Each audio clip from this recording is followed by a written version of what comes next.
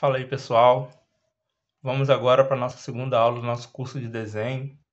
E agora que vocês já aprenderam sobre linhas, melhorar o seu traço, vamos focar mais na nossa parte de colocar as nossas ideias no papel.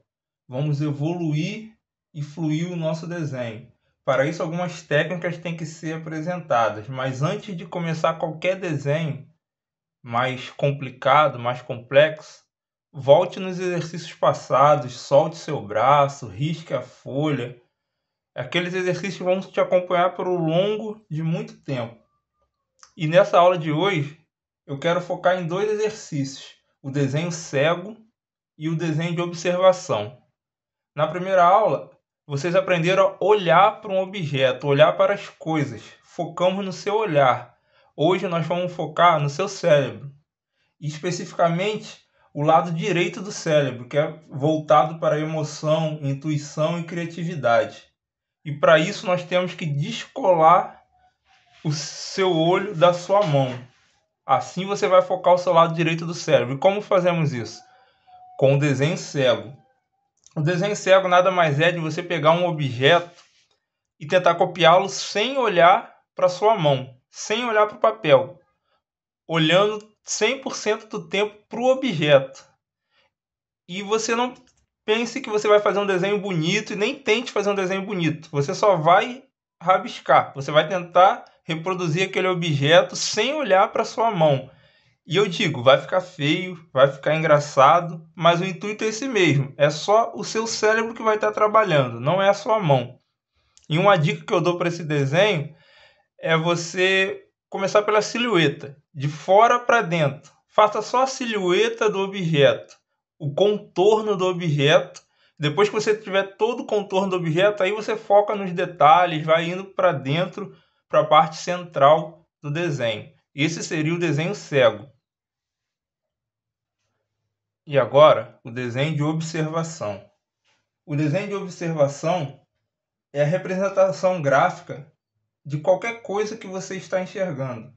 Qualquer coisa da sua realidade visual, emocional, intelectual, tudo isso você pode representar no desenho de observação. E no desenho de observação você tem o enquadramento, a composição e a perspectiva.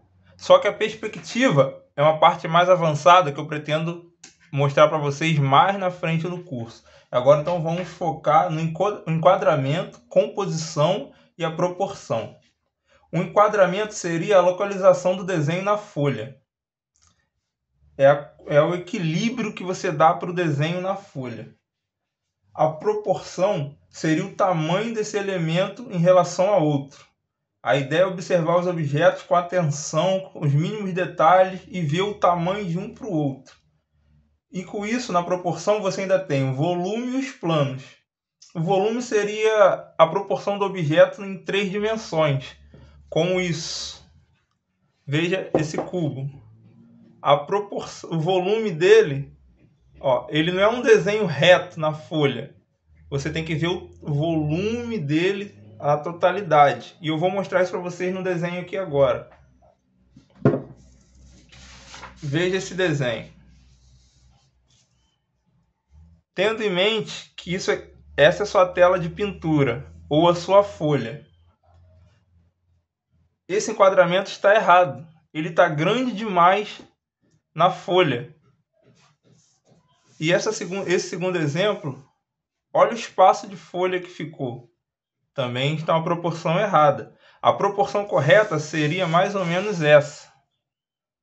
Você vê que tem uma distância aceitável do final da folha para o objeto, do começo para o objeto, dos lados.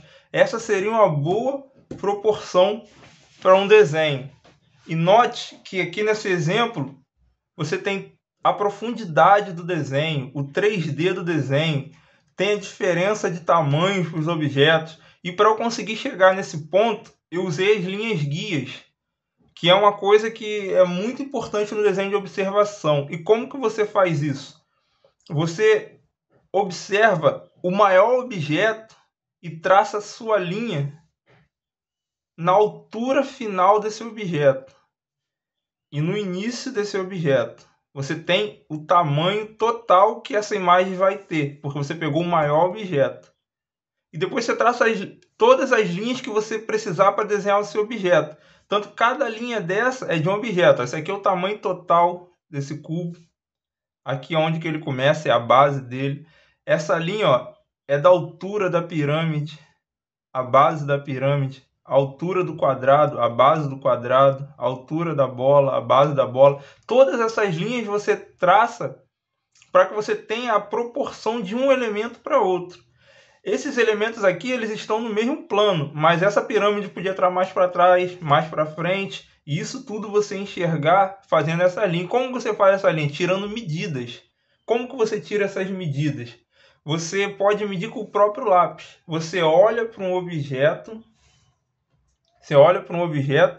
e vê a altura do objeto e o final do objeto com o próprio lápis e coloca essa medida no papel e marca. Você já deve ter visto em filme ou algum artista olhando para um objeto com lápis assim para frente como se fosse um maluco? É isso aí, ele está tirando a proporção do objeto. Você olhou aquele objeto, viu que ele dá da ponta do grafite até o final aqui. Ó. Você vai e coloca aqui. Ó. Aqui é o tamanho dessa pirâmide. Você marca e marca. Assim você tira o tamanho desse objeto e vai fazendo isso com todos os objetos que tiver na folha. E agora eu vou dar um exemplo aqui desse cubo. Como você dá esse 3D, essa profundidade no desenho. Vamos supor que aqui é a nossa base, certo? Toda linha horizontal ou vertical que você fizer no desenho, você está dando altura e comprimento.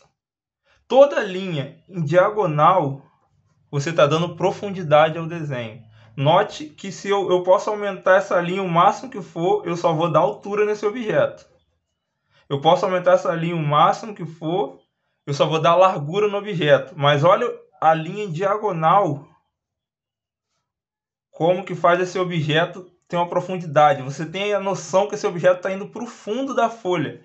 Aqui é o fundo da folha. Então você está levando esse objeto para o fundo da folha.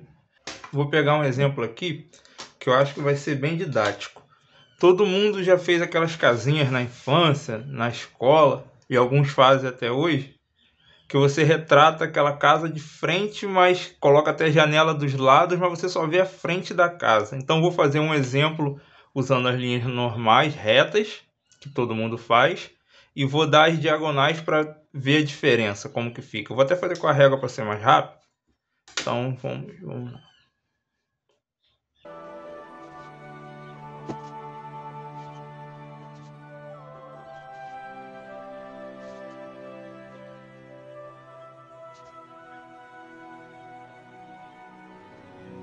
Acho que todo mundo já desenhou uma casinha assim.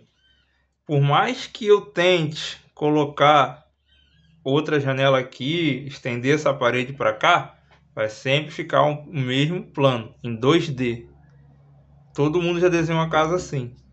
Agora eu vou dar um exemplo como que você jogando as diagonais, você tem essa noção de profundidade, de lateralidade no desenho. Vou fazer outra casa aqui do lado, espero que esteja saindo na folha. Olha a linha reta e olha a diagonal. Vamos fazer aqui do lado mesmo a diagonal.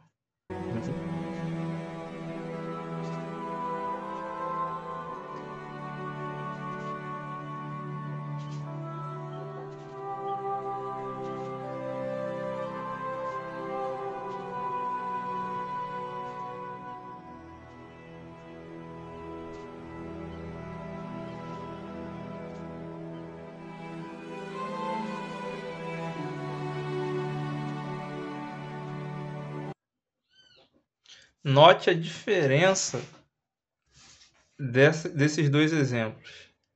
Aqui você só vê um plano, só o 2D. Aqui você tem a perfeita noção que a casa está indo para o fundo, para o final. Quanto mais diagonal, quanto mais eu levasse essa linha, mais para o fundo da imagem ela iria. Você vê como Se aqui fosse a rua, aqui você estaria virando a esquina dessa rua.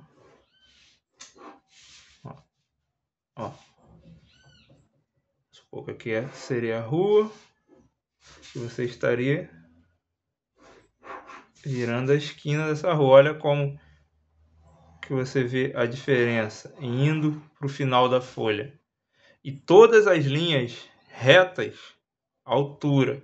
E aqui eu até fiz meio torto, mas você segue a porta, as janelas, da mesma reta da casa indo para o alto. E a parte de baixo, as horizontais, a janela também teria que ser em diagonal. Aqui eu até errei, ó. É em diagonal, seguindo a mesma diagonal da parede.